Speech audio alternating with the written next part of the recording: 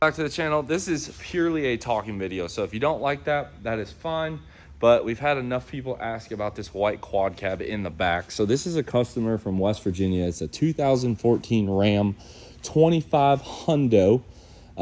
This truck came to us relatively stock. It was like second gen swap, but I'm pretty sure it had some smaller injectors. It already had the dual pumps, and you guys have kind of seen it progress, especially if you watch on TikTok.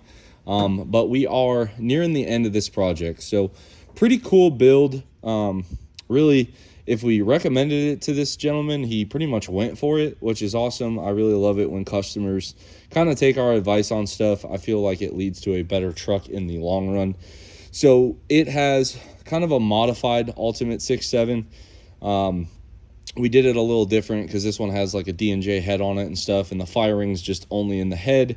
No big deal. We did put Street Fighters in it. He got a fluid damper, cam tappets. He got a new set of pistons with rings, fresh head gasket, and then we sent his injectors out. These are now Dynamite 150% overs, and I believe these are 2 stock pumps. I could be wrong, but I'm pretty sure these are 2 stock pumps. And then for his compounds, we took his 2G swap, which is a 467.7. We put it in a 1.0 housing, and then over here he has a 488 132 T6, and we did all the piping in-house, all of his oil lines, all that stuff. Capped it off with a PDD air filter.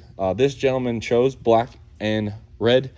I always think kits look just so much better when the clamps are powder coated. It does make them a pain to get them on and off, but I feel like it does make it look good. It is a reverse mounted Steed Speed 24 valve manifold. There's his ground and his battery cables back there for the remote battery. If you look up, there's his positive bus bar. We got his alternator wire, and just I hope some of you guys can appreciate this piping. Now obviously this coolant line is still loose, so we still have to secure that, but we got a down pipe in here, hot pipe in here, braced it. Everything got Cerakoted on the hot side. You guys can kind of see here what I did with the intercooler pipe. We had to miss the dual radiator. That's right, dual radiator in a 14 model truck.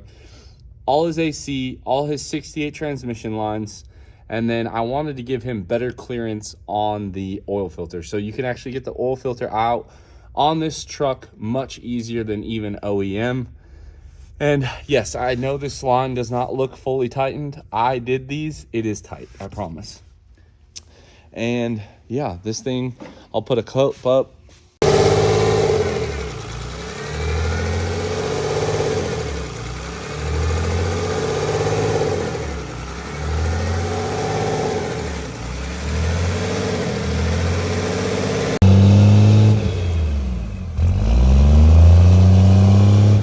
Sorry, the clip's kind of the wrong way.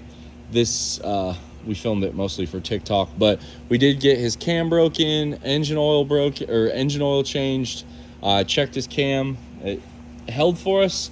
And that leads me, I know we get this question a lot, and I've kind of covered it, but I'll try to cover it again. So on cam break-in, that's really the make it or break it on an engine for me, in my opinion. You check the lash after you hot retorque it. If the lash is loose from where you set it, more than likely your cam has gone flat. I find most of the time cams go flat for 3 different reasons. Number one, when you put the new cam bushing in or any of the journals, you didn't make sure the oil holes were lined up or there was debris in there. Number 2, lack of lube either on the tappet or the cam or both.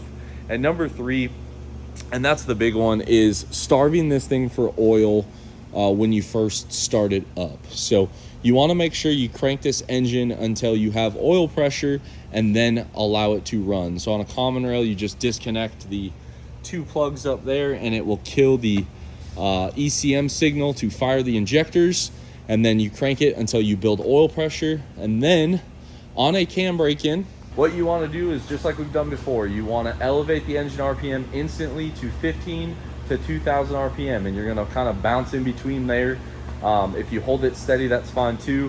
And you can do 2 birds with 1 stone. You can do a hot retorque and cam break-in all on the same time frame. So that's what we did. We got this truck running, instantly got it up in RPM, made sure our oil pressure was solid. It is going to drop as the oil thins out, so don't panic if it starts at 90 psi and it ends at 70.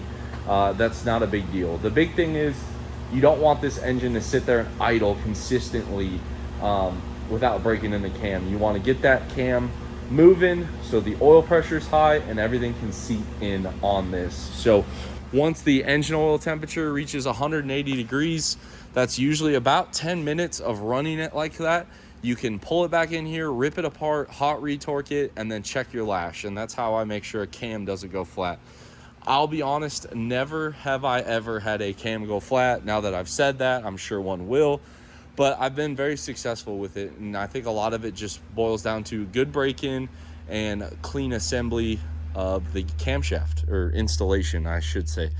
And then the other thing we've done on this gentleman's truck is wheels and tires. They're on their way here. They're not on yet. And then we also reverse leveled it. So we bought Thurin rear coils. They're a 1/2-inch lowering coil. And then we took half a coil out of that, and that gave it a 1/2-inch rake. So the 1/2 inch is still taller than the rear. I was scared of it settling more, so we left it there, and it should be awesome. This guy wanted gauges, pillar gauges and stuff, so he's getting 3 here. I messed up, ordered the wrong one, so the correct one's on the way. And then we got him his Interstage total boost. Always looks good right on the pillar there. Very nice truck. Guy did some interior work to it as well, so we're getting there. This is still a 68 RFE truck, so that will be pretty cool to have if it takes the power, which it should.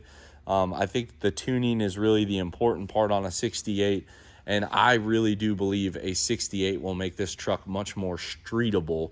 Obviously, if the 68 tears up, we've talked to this guy, we'd probably 48 swap this truck. This is more of a play truck for this gentleman. And surprisingly, he's a little bit older. You'd think, it was a younger guy, maybe my age or younger, but this guy he's up there in years around the moon for sure, or years around the sun for sure, but doesn't mean you can't have fun. So this should be right at about 1,200 horsepower, turned up, still daily drivable, and then turned down, this thing should only make about 650, 700 horsepower. And honestly, he could tow if he wanted to, but he has said he's not really going to. But that is a project in here. Over here, we have this truck back. We had a converter failure, of all things. So big thank you to WB Developments over there.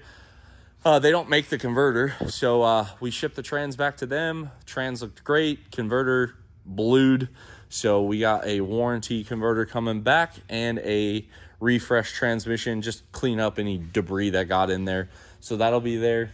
And yeah, we also have just a whole host of stuff out in the parking lot. 6.7 Power Strokes that need motors, 6.4 Power Stroke that needs a motor, 2.59 common rails that need motors, 6 liter that just showed up for some kind of a brake problem. And then over here in the transmission area, guys, we have a basically a rebuild, refresh. Here's the oil filter actually of that one truck.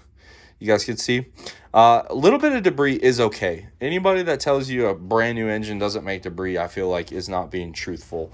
You guys can see there, not much in the bottom of the filter, and then in the pleats here, just a little bit. If you see a ton of debris, then you do have something wrong. But you guys can kind of see on this table here, you're gonna have a little bit, but nothing to be scared of. So anyway, back to this 48RE in an 05 truck. This was originally a Randy's transmission, and after a couple years, it just needed a refresh. I don't think Randy did anything wrong, or his employees. It actually broke the overdrive reaction plates. So it happens. We got them set up with a new billet one. When this transmission got built, I don't even know if that was an option yet, or if anybody had really made those. So it's not uncommon to see that reaction plate snap on a Performance 48. So burned up the clutches, and that was his overdrive problem. And then we did a couple updates, changed some things out. This is an anteater controlled truck, and honestly, nothing too crazy. We could have reused all of his clutches if we wanted to. He opted to just pay for a reclutch, so we threw that in there. Got all the paint stripped off, except for this overdrive housing. I don't know how Randy's paints these overdrive housings, but the paint did not want to come off. The main case paint came right off, but got it all restacked. We're just waiting on a valve body. We sent his valve body off to get a just an inspection, make sure nothing's worn, and then get it reset for line pressure. And then we sent his converter off to Phil. It was originally a GoRen 17SS, little loose for an HE351 475 setup.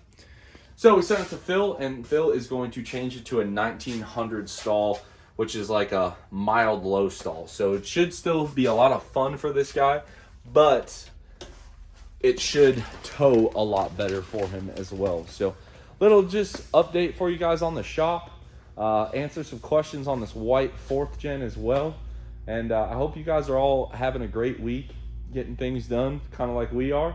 So give this one a big thumbs up. Drop your comments down below. Subscribe if you are not already. And as always, guys, I will catch y'all on the next one.